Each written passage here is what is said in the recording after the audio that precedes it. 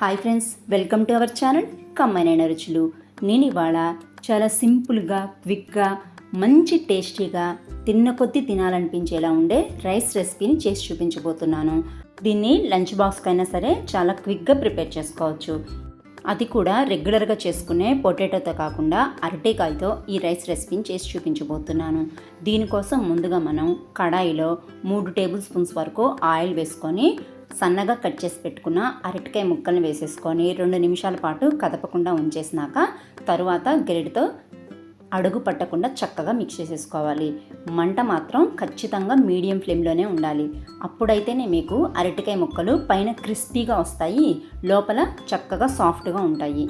ఈ అరటికాయ ముక్కల్ని 2-3 నిమిషాలు ఫ్రై చేసుకున్నాక మధ్యలో కాస్త ముక్కల్ని వెడం చేసుకొని ఒక పిడికెడన్ని పల్లీలు వేసి వాటిని కూడా 2-3 నిమిషాల తర్వాత మిక్స్ చేసేసుకోవాలి.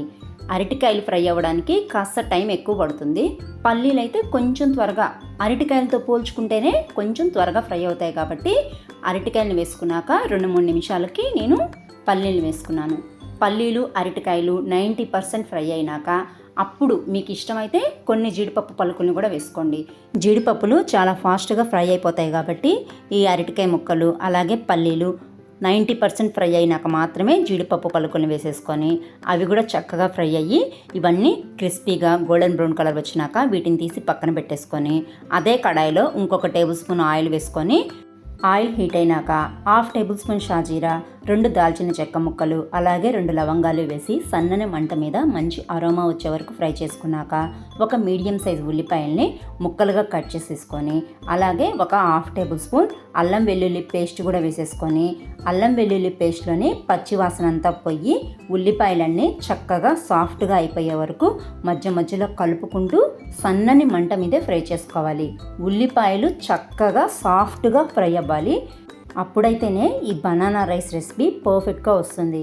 ఎందుకంటే మనం దీంట్లో వేసుకునే ఉల్లిపాయలు చక్కగా సాఫ్ట్గా అయిపోయాయంటే కేవలం పల్లీలు అలాగే బనానా ముక్కలు మాత్రమే క్రిస్పీగా మంచి టేస్టీగా ఉంటాయన్నమాట.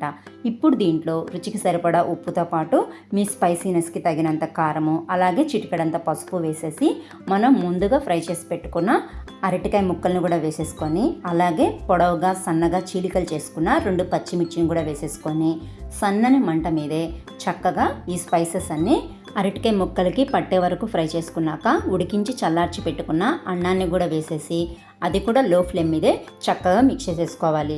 మనం ఈ రైస్లో ఎటువంటి మసాలా కానీ మసాలా పొడులు కానీ వాడకపోయినా సరే రైస్ అయితే సూపర్ టేస్టీగా ఉంటుంది. కాబట్టి తప్పకుండా ట్రై చేయండి. దీంట్లో మీకు కావాలంటే కొద్దిగా నిమ్మరసం కలుపుకోవచ్చు. నేనైతే నిమ్మరసం ఏమీ వేయట్లేదండి.